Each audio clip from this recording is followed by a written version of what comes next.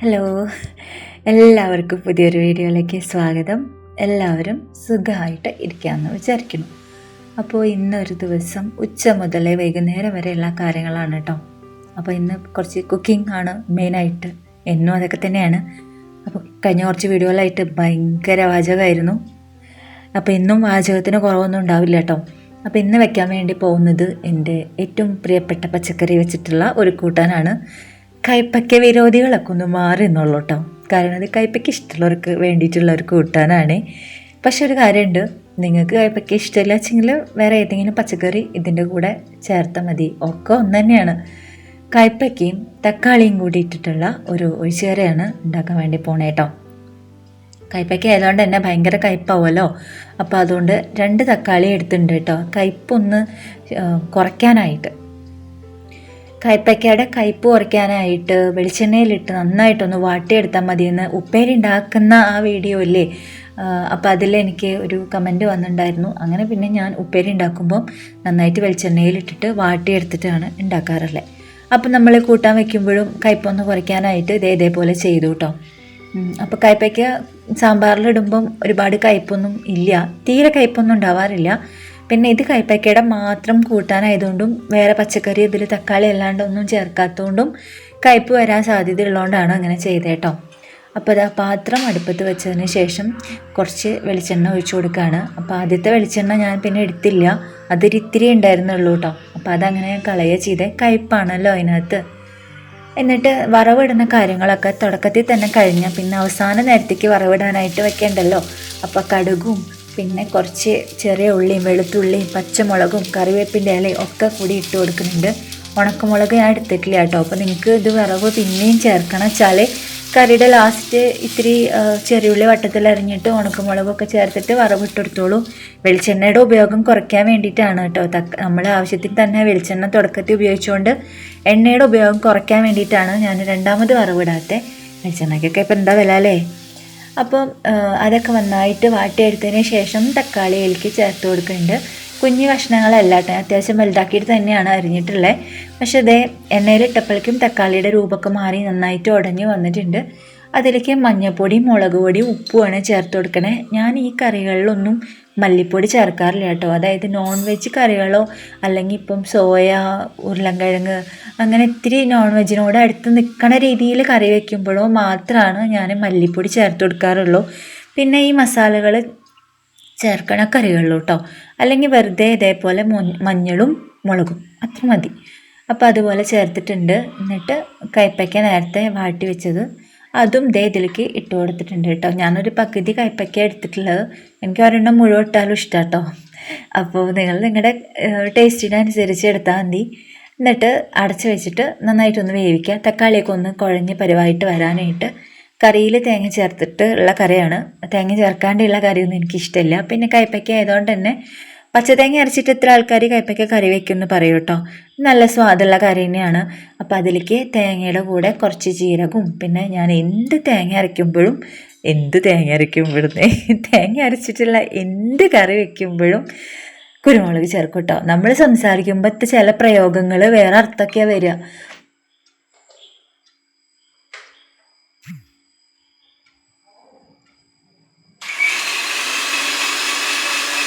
തേങ്ങ അരച്ചത് അതിലേക്ക് ചേർത്ത് കൊടുത്തു. കറി ആവാനായിട്ട് ഒത്തിരി നേരമൊന്നും വേണ്ട. കയ്പ്പയ്ക്കും പിന്നെ തക്കാളിയൊക്കെ വേഗം വേവണമായതുകൊണ്ട് ഒരു അരമണിക്കൂർ കൊണ്ട് തന്നെ കറി റെഡിയാവും കേട്ടോ. അപ്പോൾ നന്നായിട്ട് ഇതിങ്ങനെ ഇളക്കി കൊടുത്ത് തേങ്ങയൊക്കെ ഒന്ന് വെന്ത് വരണ വരെ നന്നായിട്ടൊന്ന് ഇളക്കി കൊടുക്കുന്നുണ്ട്. എന്നാൽ അങ്ങനെ ഞാൻ ഇറക്കി വെച്ചു കേട്ടോ. അപ്പം അത്ര തന്നെ മതി. ഈ പാടം എവിടെയാണെന്നൊക്കെ ചോദിക്കുന്നുണ്ട് കേട്ടോ. കഴിഞ്ഞ വീഡിയോയിൽ കുറേ പേര് ചോദിച്ചിട്ടുണ്ടായിരുന്നു. നമ്മൾ താമസിക്കുന്ന അടുത്ത് തന്നെ കുറച്ച് ദൂരെ ഒരു പാടമുണ്ട്, അതാണ് കേട്ടോ ഇത്. അവിടെ പശുക്കളും പിന്നെ കുട്ടികളൊക്കെ കളിക്കുന്ന സമയത്തൊക്കെ, ഇപ്പോൾ കുട്ടികൾ കളിക്കുന്നില്ല ഒന്നുണ്ട്, വെള്ളമാവുന്നുണ്ട്. അപ്പോൾ വേനൽക്കാലത്തൊക്കെ നല്ല രസമാണ് കുട്ടികളൊക്കെ കളിക്കുന്നതൊക്കെ. അപ്പോൾ അതാണ് കേട്ടോ, മറ്റേ നമ്മളെ പഴയ സ്ഥലമല്ല, അവിടേക്ക് ഞാനിപ്പോൾ പോയിട്ടേ ഇല്ല. ആ പാടമൊന്നും ഞാൻ പിന്നെ കണ്ടിട്ടേ ഇല്ല. അപ്പോൾ വേറൊരു സംഭവം വെച്ചാൽ ഇത് ഞാനൊരു ഹിന്ദി ചാനലിൽ കണ്ടതാണ് കേട്ടോ. എനിക്ക് ഈ മോരുള്ള കറികൾ ഇഷ്ടം. അപ്പോൾ പിന്നെ എന്താ അതിന് പറയുക, റൈത്ത ഉണ്ടാക്കില്ലേ. അപ്പോൾ അതാണ് വെണ്ടക്കായ വെച്ചിട്ടുള്ള റൈത്ത, അതാണ് ഇപ്പം ഉണ്ടാക്കാൻ വേണ്ടി പോണേ. ഇത് മൊത്തം വെളിച്ചെണ്ണമയാണ്. എണ്ണ ഇത്തിരി കൂടുതൽ ഇതിനും വേണം കേട്ടോ. അപ്പം വെളിച്ചെണ്ണ ഒഴിച്ചിട്ട് കുറച്ച് കടുകും ഉഴുന്ന് പരിപ്പും പിന്നെ ഒരു സബോള, കുട്ടി സബോള ആക്കിയിട്ട് അരിഞ്ഞത്, കുട്ടിയാക്കി അരിഞ്ഞ സബോള, എന്തൊക്കെയാണ് ഞാൻ പറയുന്നത്, അതും കൂടി അതിലേക്ക് ചേർത്തിട്ടുണ്ട്. പിന്നെ വെണ്ടക്കായും കൂടി കുറച്ച് വലുതാക്കിയിട്ടുള്ള കഷ്ണങ്ങളാക്കിയിട്ടാണ് അരിഞ്ഞിട്ടുള്ളത് കേട്ടോ.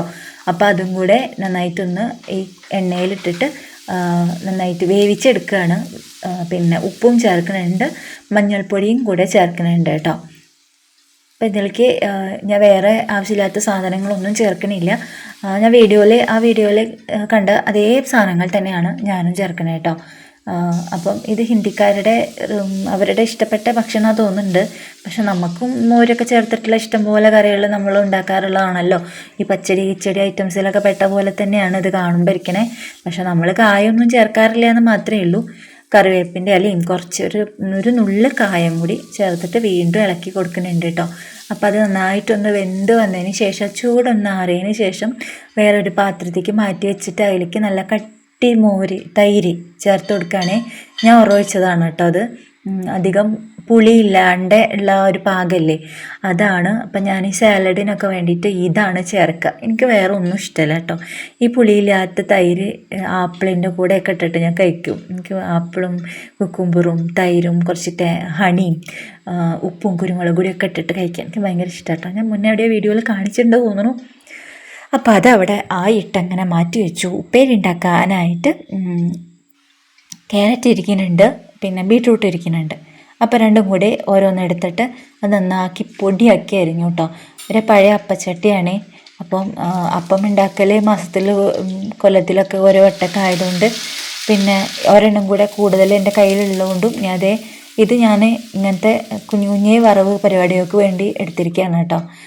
ഞാൻ അതിനിടയ്ക്ക് ഒരു സമയത്ത് ഈ നോൺ സ്റ്റിക്ക് പാത്രങ്ങൾ മുഴുവനാക്കിയിട്ട് ഒഴിവാക്കിയിട്ടുണ്ടായിരുന്നു.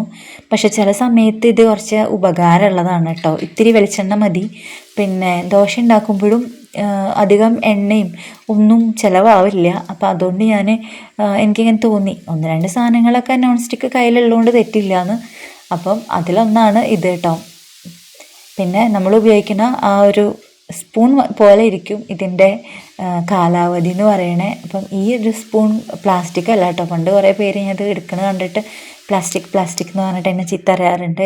ഇത് നമ്മൾ കുക്ക് ചെയ്യുമ്പോൾ ഉപയോഗിക്കാൻ പറ്റുന്ന തരത്തിലുള്ള സിലിക്കൺ തന്നെയാണ് തോന്നുന്നുണ്ട്. അതിൻ്റെ സ്പൂണാണ് കേട്ടോ. അപ്പം ഉപ്പേരി വേഗമായി. അതിനെപ്പറ്റി പ്രത്യേകിച്ചൊന്നും പറയാനില്ല. എല്ലാവരും ഉണ്ടാക്കുന്ന പോലെ തന്നെ സാധാരണ ഒരു ഉപ്പേരി ഉണ്ടാക്കി. പിന്നെ ഈ പപ്പടം വെച്ചിട്ടുള്ള പരിപാടി ഞാൻ ഒരുപാട് പ്രാവശ്യം ഉണ്ടാക്കണം എന്ന് വെച്ചിട്ട് പിന്നെ എനിക്ക് മടി കയറിയിട്ട് വെച്ചതാട്ടോ. പപ്പടം കാച്ചാൻ തന്നെ ഒരു പണിയാണ്. എല്ലാം ഭക്ഷണം കഴിഞ്ഞതിന് ശേഷം ഊണ് കഴിക്കാൻ നേരത്തെ ആയിരിക്കും ചിലപ്പോൾ കുട്ടികൾ പറയാം പപ്പടം കാച്ചി തരുമെന്ന്. അപ്പോൾ ഞാൻ വിചാരിക്കും ഇത് എന്തോ ഒരു കഷ്ടമാണ് എന്ന്. അപ്പോൾ അതുകൊണ്ട് തന്നെ എനിക്ക് പപ്പടം കാച്ചാൻ തീരെ ഇഷ്ടമല്ല. ആദ്യം തന്നെ കാച്ചി വെച്ച് കഴിഞ്ഞാൽ അതിൻ്റെ ചൂട് പോയി കഴിഞ്ഞാൽ അടച്ച് വെച്ചാലും എനിക്കത് ഇഷ്ടമല്ല കേട്ടോ. അപ്പോൾ പപ്പടം നന്നായി കുഞ്ഞു കഷ്ണങ്ങളാക്കിയിട്ട് മുറിച്ചെടുത്തതിന് ശേഷം പപ്പടത്തോരനാണ് ചെയ്യാൻ വേണ്ടി പോകണേ കേട്ടോ. അപ്പോൾ നമ്മുടെ കഴിഞ്ഞ വീഡിയോയിൽ ഞാൻ ആരെയും കുറ്റം പറഞ്ഞതൊന്നല്ല കേട്ടോ. നമ്മുടെ വിഷമങ്ങൾ പറഞ്ഞതാണ്. ആർക്കും പരാതിയൊന്നുമല്ല. പറഞ്ഞു വരുമ്പോൾ എന്താ പ്രശ്നം എന്നറിയോ, ഇതിങ്ങനെ പരാതി പറയാണ്, നമ്മൾ പരിഭവം പറയാണെന്ന് കേൾക്കണവർക്ക് തോന്നും. അപ്പോൾ എല്ലാ വീഡിയോയിലും വന്നിരുന്നിട്ട് നെഗറ്റീവ് പറയാണല്ലോ എന്ന് വിചാരിക്കേണ്ട കേട്ടോ. വിഷമങ്ങൾ എവിടെ പോയിട്ട് പറയാൻ, ഒരു കണ്ണാടി നോക്കിയിട്ട് നമ്മുടെ മുഖത്തന്നെ നോക്കി പറയാൻ കുറേ. പിന്നെ കേൾക്കാൻ ആൾക്കാരുണ്ടെങ്കിൽ നമുക്ക് പറഞ്ഞുകൂടെ അല്ലേ. ഇപ്പം ഞാൻ മനസ്സിലാക്കിയിട്ടുള്ളൊരു കാര്യം എന്താ അറിയോ, എൻ്റെ ഒരു സ്വഭാവം വെച്ചിട്ട് എനിക്ക് ദേഷ്യമുള്ളവരോടും, ദേഷ്യമല്ല, നമുക്ക് സംസാരിക്കാൻ താല്പര്യമില്ലാത്തവരോട് അവരോട് ചെയ്യാൻ പറ്റുന്ന, അല്ലെങ്കിൽ നമ്മളെ ബുദ്ധിമുട്ടിപ്പിച്ചവരോടൊക്കെ ചെയ്യാൻ പറ്റുന്ന ഏറ്റവും വലിയ കാര്യം ഞാൻ മനസ്സിലാക്കിയിട്ടുള്ളത് എന്താ അറിയോ, അവരെ മറവിക്ക് വിട്ടുകൊടുക്കുക എന്നുള്ളതാണ്. മറക്കുക എന്ന് പറയുന്നതാണ് ഒരു മനുഷ്യനോട് ചെയ്യാൻ പറ്റുന്ന ഏറ്റവും വലിയ പ്രതികാരം അല്ലേ. നമ്മൾ പറയാറില്ലേ, ഇപ്പോഴും പണ്ടത്തെ കുറേ മഹാരഥന്മാരൊക്കെ ഇപ്പോഴും ഓർമ്മകളിലല്ലേ ജീവിച്ചിരിക്കുന്നത്, നല്ല നല്ല കാര്യങ്ങൾ ചെയ്ത വ്യക്തികൾ. അപ്പോൾ മനുഷ്യരുടെ മനസ്സിലാണ് അവരുടെയൊക്കെ സ്ഥാനം, മരണപ്പെട്ടു പോയാലും. അപ്പോൾ ജീവിച്ചിരിക്കുന്നവരെ നമ്മൾ മറക്കുക എന്ന് പറയുന്നത് അവർക്ക് കൊടുക്കാവുന്ന ഏറ്റവും വലിയ ശിക്ഷയാണ്. അതായത് നമ്മളിങ്ങനെ കുറേ കിടന്ന് പറഞ്ഞിട്ടോ ബഹളം ഉണ്ടാക്കിയിട്ടോ ഒരു 4 അടി കൊടുത്താലോ അതിനെക്കാട്ടിയും വലിയ ശിക്ഷയാണ് ഒരാളെ മറന്ന് കളയാന്ന് പറയണത്.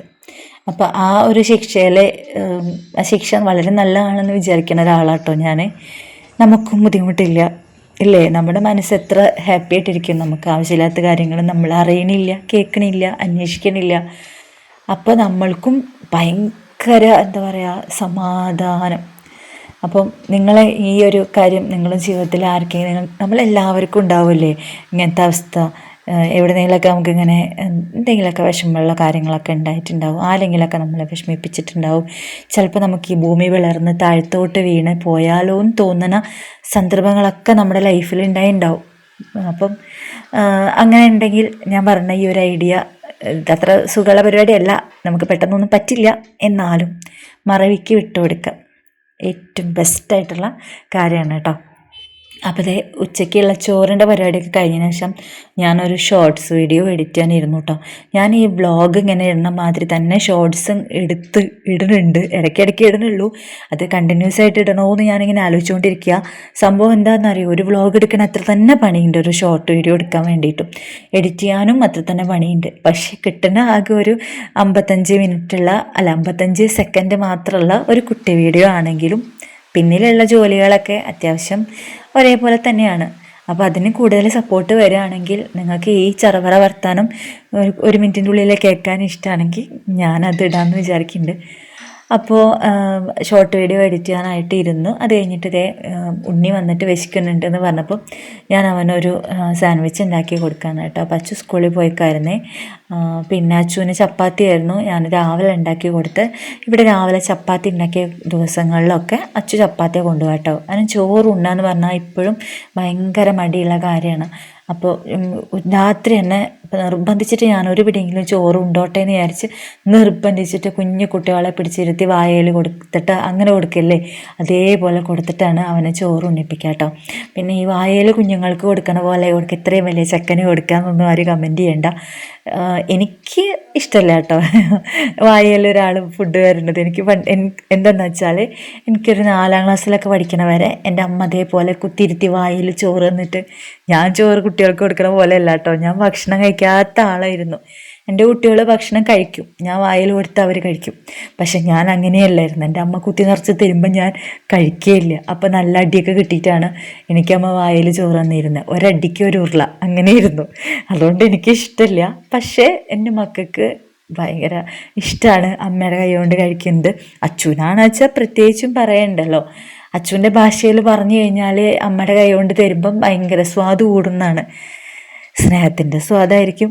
അപ്പോൾ ഉണ്ണിക്ക് വേറൊരു സ്വഭാവം ഉണ്ട് കേട്ടോ. ഞാൻ അവനോട് പറയും ഇതൊക്കെ അമ്മയുടെ അടുത്ത് നടക്കും, കാരണം വേറെ ആരുടെ അടുത്തും ഇതൊന്നും പ്രയോഗിക്കരുത്, നാളെ കുടുംബക്കായിട്ട് ജീവിക്കുമ്പോൾ അവിടെ ഒന്നും ഇത് പ്രയോഗിക്കരുത് പറയും. എന്താണെന്നല്ലേ, ചോറ് ഞാൻ വിളമ്പി കൊടുക്കണം, എൻ്റെ അടുത്ത് വന്ന് നിൽക്കും പാത്രം പിടിച്ചിട്ട്, അമ്മ ഒന്ന് വിളമ്പി തരുമോ വെച്ചിട്ട്. അപ്പം ദുശീലാണ്, ഇതൊന്നും നല്ലതല്ല എന്ന് ഞാൻ പറഞ്ഞു കൊടുക്കും. അമ്മ ജീവിച്ചിരിക്കുന്നിടത്തോളം കാലം അമ്മയ്ക്ക് വിളമ്പിത്തരാൻ കയ്യും ആരോഗ്യം ഉണ്ടെങ്കിൽ, അമ്മയുടെ കൂടെ നിങ്ങളുണ്ടെങ്കിൽ അമ്മ എന്നും വിളമ്പിത്തരും. അതല്ല കൂടെ വേറെ ആൾക്കാരുണ്ടാകുമ്പോൾ നമ്മൾ അവരുടെ ഇഷ്ടം, അവരുടെ നേരം, അവരുടെ സമയം, പിന്നെന്താ ഒക്കെ അതിന് നമ്മൾ ഭയങ്കരമായിട്ട് പ്രാധാന്യം കൊടുക്കണം, നമ്മളെപ്പോലെ തന്നെ. അതൊക്കെ പറഞ്ഞു കൊടുത്തിട്ടുണ്ട്.